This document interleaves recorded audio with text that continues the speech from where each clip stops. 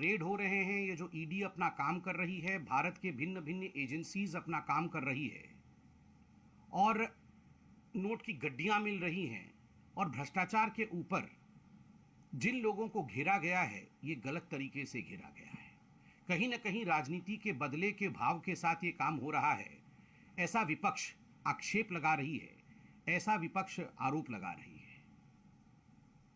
और खास करके अभी 2 दिनों में हम देख रहे हैं संजय राउत महाराष्ट्र में जिस प्रकार की राजनीति को विपक्ष जन्म देने का प्रयास कर रही है, आज इसमें दो मत नहीं होगा कि संजय राउत को कोर्ट ने भी आज कस्टडी में भेजा है और इंक्रिमिनेटिंग डॉक्यूमेंट्स और एविडेंसेस संजय राउत के खिलाफ अवेलेबल हैं।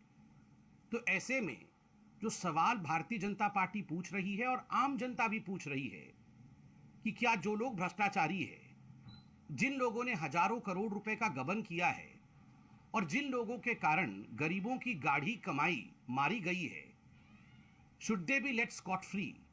क्या उनके ऊपर किसी प्रकार का कार्यवाही नहीं होनी चाहिए just because they are politicians? क्योंकि वो बड़े राजनेता हैं, क्योंकि वो मेंबर ऑफ पार्लियामेंट हैं, क्योंकि किसी विशेष परिवार से वो हैं या परिवार से जुड़ाव उनका है, तो क्या उनके ऊपर कोई कार्यवाही नहीं होनी चाहिए? आज कुछ तथ्य, कुछ एविडेंसेस और ये जो पात्रा चौल की पूरी स्टोरी है महाराष्ट्र में, मुंबई में, उसके विषय में हम कुछ खुलासा करेंगे और कुछ तथ्य पब्लिक डोमेन में जनता के बीच रखेंगे ताकि जनता जनार्दन भी जाने कि संजय राउत किस केस में अंदर गए हैं, क्या भ्रष्टाचार का आरोप उनके ऊपर है और ऐसे भ्रष्टाचार के आरोप का जांच होना चाहिए या नहीं होना चाहिए। जहां तक ये पात्रा चौल है, यह कोई केस आज का नहीं है, कोई 2 साल पुराना केस भी नहीं है, कोई 4 साल पुराना केस भी नहीं है। यह विषय 2007 का है। 2007, 14-15 वर्ष पूर्व का यह विषय है। 2007 में मुंबई में गोरेगांव में एक स्थान है जिसको सिद्धार्थ नगर भी कहते हैं। उस सिद्धार्थ नगर में पात्रा चौल है। 47 एकर्स की ये जमीन है। इस 47 एकर्स की जमीन पर ये पात्रा चौल में लगभग 670 से अधिक परिवार, 72 टू बी स्पेसिफिक 672 फैमिलीज, ये टेनेंट्स के रूप में इस पात्रा चौल में कई वर्षों से, more than many decades they were staying in this Patra Chawl. जो महाडा है, Maharashtra housing area development authority, MHADA ने 2007 में पात्रा चौल को रीडेवलप करना, उसका पुनर्निर्माण करना, इन टेनेंट्स को किस प्रकार से अच्छे घर मुहैया कराया जाए, इस पर इन्होंने एक एग्रीमेंट साइन किया। किसके साथ एग्रीमेंट किया? ये एग्रीमेंट किया गुरु आशीष डेवलपर्स के साथ, GAC, गुरु आशीष डेवलपर्स के साथ। इस गुरु आशीष डेवलपर्स जिसके साथ महाडा ने एग्रीमेंट किया, उस गुरु आशीष डेवलपर्स के कई सारे डायरेक्टर्स हैं, जिनमें प्रवीण राउत, जो संजय राउत के खासम खास हैं, वह भी एक डायरेक्टर उसमें थे। अब ये गुरु आशीष कंस्ट्रक्शन GAC जो कंपनी है, उस कंपनी ने एग्रीमेंट 2007 में महाडा के साथ साइन तो कर दिया। उस एग्रीमेंट में लिखा था कि ये जो 672 परिवार हैं, टेनेंट्स हैं पात्रा चौल में, आप इनके लिए घर बनाएंगे, इनको आप पुनर्निर्वासित करेंगे, इनको फ्लैट्स देंगे और उसके पश्चात 3000 फ्लैट जो है वो महाडा के लिए इस 47 एकड़ जमीन पे बनाएंगे और उसके बाद कुछ जमीन जो है वो आपको डेवलप करने के लिए अनुमति दी जाएगी। हुआ इसमें यह कि ये पात्रा चौल वाले एग्रीमेंट के पश्चात जो गुरु आशीष कंस्ट्रक्शन है, एलिगेशंस उनके ऊपर है और दस्तावेज भी निकल कर आए कि इन्होंने एग्रीमेंट को फॉलो नहीं किया और ये जो 672 परिवार को स्थापित करना था, उनके लिए फ्लैट्स बना के देने थे, ये काम नहीं किया। उन्होंने 9 डेवलपर्स या बिल्डर्स को बुला करके, जो प्राइवेट बिल्डर्स थे, उनको उन्होंने 47 एकड़ जमीन बेच दिया। एग्रीमेंट किया गरीबों के लिए, जमीन बेचा खरबपतियों को। बिल्डर्स को यह जमीन बेच दी गई। कितने में बेची गई? यह जमीन 901 करोड़ में बेचा गया। टू बी स्पेसिफिक 901.79 करोड़ में यह जमीन 9 बिल्डर्स को बेच दी गई। और केवल इतना ही नहीं, इसके साथ साथ इन्होंने जो GAC गुरु आशीष कंस्ट्रक्शन, जिसमें प्रवीण राउत एक डायरेक्टर थे, इन्होंने अपना एक प्रोजेक्ट भी वहां आरंभ किया और उस प्रोजेक्ट का नाम था मिडोज। और उस प्रोजेक्ट में उन्होंने बुकिंग अमाउंट 138 करोड़ का ले लिया। तो 901 करोड़ प्लस 138 करोड़, ये 1039.79 करोड़ की पूरी रकम बनती थी, लगभग 1040 करोड़।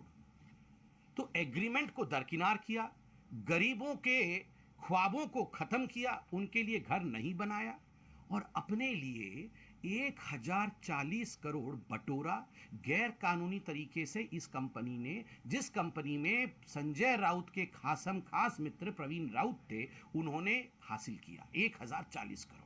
आप बताइए 1040 करोड़ अपने लिए, गरीबों के लिए कुछ नहीं, क्या इसकी इन्वेस्टिगेशन नहीं होनी चाहिए? दूसरा विषय, प्रवीण राउत जो डायरेक्टर थे इस कंपनी में, उनके पास 100 करोड़ रुपए आए। ये जो 1040 करोड़ था ये बटा 100 करोड़ रुपए प्रवीण राउत जी के पास आए। प्रवीण राउत जी ने भी 100 करोड़ रुपए इसमें से आगे भेजे, अपने रिश्तेदारों को दिए, अपने मित्रों को दिए, जिनसे सहायता मिली होगी उनको दिया।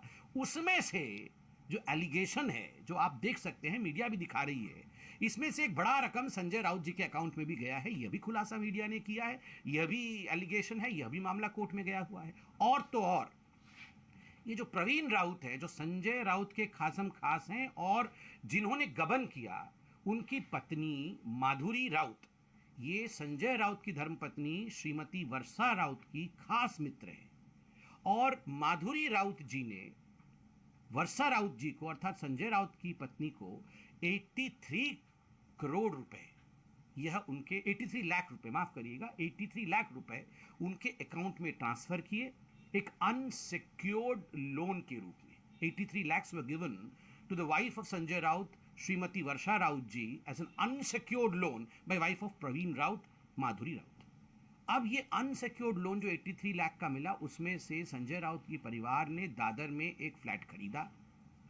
बाद में जब पूरे विषय में ईडी ने जांच शुरू कर दिया, तो चुपके से, क्योंकि उन्हें पता था कि ये सुई का नोक जो है हमारे ऊपर आने वाला है, तो 55 लाख वापस करने की कोशिश संजय राउत जी की धर्मपत्नी वर्षा राउत जी ने किया कि मैं वापस कर रही हूं, देखो भैया माधुरी जी को मेरा कुछ लेना देना है नहीं। मगर ईडी तब तक चौकन्नी हो चुकी थी, वो पूरा विषय जान चुकी थी।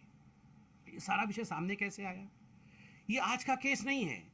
2018 में जब महाडा ने, जब महाराष्ट्र हाउसिंग और एरिया डेवलपमेंट कॉर्पोरेशन ने देखा कि यार यह तो गबन हो गया, 1000 से अधिक करोड़ रुपए का, गरीबों के लिए घर भी नहीं बना और ये GAC कंपनी ने इसे बेच भी दिया, तो उन्होंने एक PMLA, prevention of money laundering act के अंतर्गत उन्होंने एक केस दर्ज किया, एक FIR किया, जिसमें प्रवीण राउत और वाधवान ब्रदर्स, आपको पता होगा ना वाधवान ब्रदर्स, जिनको कोविड के समय सहूलियत दिया था इनकी सरकार ने, जो महा विकास आघाड़ी सरकार की, वसूली आघाड़ी सरकार थी, इन्होंने स्पेशल उनको पैकेज दिया था कि आप घूमने फिरने जाओ। ये वाधवान ब्रदर्स, जो ये GAC की जो मेन कंपनी है, जिसकी सब्सिडियरी GAC है, ये भी डायरेक्टर है। तो इनको और प्रवीण राउत के खिलाफ FIR हुआ था कब? 2018 में। तो क्या बदले के भाव के साथ एक दिन इनकी सरकार बनेगी, ये एक दिन हमारे खिलाफ बोलेंगे? क्या बदले के भाव के साथ 2018 में हमने जाके रेट्रोस्पेक्टिवली इनके ऊपर FIR कराया? ऐसा नहीं है, क्योंकि महाडा ने इनके खिलाफ FIR कराया था। और आपको याद होगा एक PMC कोऑपरेटिव बैंक घोटाला हुआ था, जिसमें यह बैंक बैठ गई थी और हजारों खाता धारक, कई लोगों ने सुसाइड भी किया था PMC बैंक घोटाले में। 6700 करोड़ रुपए का गबन, जिसमें से बहुत बड़ा अमाउंट जो है वो साइफन ऑफ हुआ था। उस मामले में वाधवान ब्रदर्स इन्वॉल्व थे। उनके घर में जब रेड हुआ तो उनके घर से इंक्रिमिनेटिंग डॉक्यूमेंट्स मिले थे एजेंसीज को, ये जो पूरा हाउसिंग पात्रा चौल के विषय में, उसमें प्रवीण राउत का नाम आना, उसमें ये सारे ट्रांजैक्शन। और केवल इतना ही नहीं है, ये जो प्रोसीड ऑफ क्राइम है, ये जो 1040 करोड़ बटा है, वो कहां कहां गया है ये तो एजेंसी बताएगी। हम तो पॉलिटिकल पार्टी है, हम तो अखबारों से, मीडिया से जो खबर लेते हैं, मीडिया में यह भी खबर आई है कि 8 प्लॉट संजय राउत जी की धर्मपत्नी श्रीमती वर्षा राउत जी ने, एक और संजय राउत जी के मित्र हैं सुजीत पटकर, उनकी धर्मपत्नी के साथ मिलकर 8 प्लॉट खरीदे और उसमें भी करोड़ों करोड़ रुपए रजिस्ट्री अमाउंट के इतर दिया गया है। तो आप सोचिए, इतने सारे प्लॉट, फ्लैट, करोड़ों रुपए का गबन। आप बताइए, आप जनता जनार्दन हैं, क्या इसमें कोई जांच ही नहीं होनी चाहिए? 2018 में जो केस म्हाडा ने किया था, क्या ये बंद कर देना चाहिए क्योंकि संजय राउत बहुत बड़े नेता है? मुझे आश्चर्य होता है। आजकल टीवी है, आजकल सोशल मीडिया है, कुछ छुपता नहीं। नोटों की गड्डियां निकल रही है, गड्डियां। देखकर आंख चकाचौंध हो जाता है कि ये है क्या। ऐसे पहाड़ निकल रहे हैं नोटों के। हर जगह पार्थ बैठे हैं। बंगाल में दीदी का पार्थ, यहां उद्धव का पार्थ, सत्येंद्र जैन, अरविंद केजरीवाल का पार्थ। ये नोटों की गड्डियां निकलेंगी, इंक्रिमिनेटिंग डॉक्यूमेंट निकलेगा और ईडी कुछ नहीं करे, वो चुपचाप घर में बैठे क्योंकि ये पॉलिटिशियन है एंड पॉलिटिशियंस आर एंटाइटल्ड। इनके खिलाफ कोई कार्यवाही नहीं होनी चाहिए क्योंकि ये मेंबर ऑफ पार्लियामेंट है, क्योंकि ये माननीय है। बड़ा आश्चर्य का विषय है। और देखिए, ये लोग जो आज सवाल पूछ रहे हैं, इनसे पूछिए जरा, ये नवाब मलिक के समय तो बहुत उछल रहे थे कि नवाब मलिक के ऊपर बड़ा कार्यवाही हो गया, बदले की भाव के साथ हो गया, वहां धर्म का एंगल भी ला रहे थे, न जाने क्या क्या कर रहे थे। अभी नवाब मलिक जेल में है ना, कोर्ट ने क्यों नहीं छोड़ दिया? अगर हम बदले के भाव के साथ काम कर रहे थे, एजेंसीज बदले की भाव के साथ काम कर रही थी, तो कोर्ट ने नवाब मलिक को क्यों नहीं छोड़ा?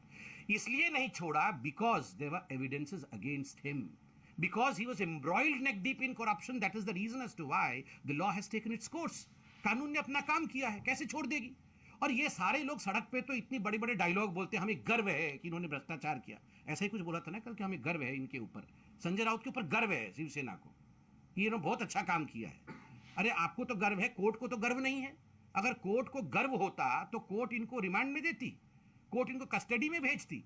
कोर्ट इनको कस्टडी में भेजी है क्योंकि कोर्ट कन्विंस्ड है, इनमें से किसी व्यक्ति को तो कोर्ट छोड़ नहीं रही है कि आपने भ्रष्टाचार नहीं किया है।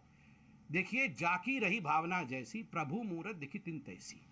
ये वो लोग हैं, हनुमान चालीसा बोलने पर तो राष्ट्रद्रोह लगा रहे थे आप। उड़ा देंगे, धक्का मार के गिरा देंगे, देख लेंगे, इस प्रकार के तो डायलॉग आप बोल रहे थे। घमंड की भाषा का प्रयोग तो आप कर रहे थे, बदले की भाव का तो प्रयोग आप कर रहे थे। हम ऐसा नहीं करते हैं। हम कानून, संविधान और देश की नीतियों में विश्वास रखते हैं। We never, Bharatiya Janata party और the government run by Bharatiya Janata party never overrides the constitution. कभी भी कॉन्स्टिट्यूशन के ऊपर जाके, संविधान के ऊपर जाके कोई कार्यवाही भारतीय जनता पार्टी नहीं करती। एजेंसीज के किसी भी काम पर अड़चन, रुकावट, इंटरफेरेंस नहीं करती। मगर हां, जीरो टॉलरेंस फॉर करप्शन। ये बात हर कोई याद रख ले कि करप्शन के लिए तिल मात्र का स्थान इस नए भारत में नहीं है। जनता जनार्दन है, जिन्होंने जनता के पैसे के साथ खिलवाड़ किया है उनको कभी छोड़ा नहीं जाएगा। हमारे चैनल को लाइक, शेयर और सब्सक्राइब जरूर करें और नई अपडेट्स के लिए बेल आइकन दबाना ना भूलें।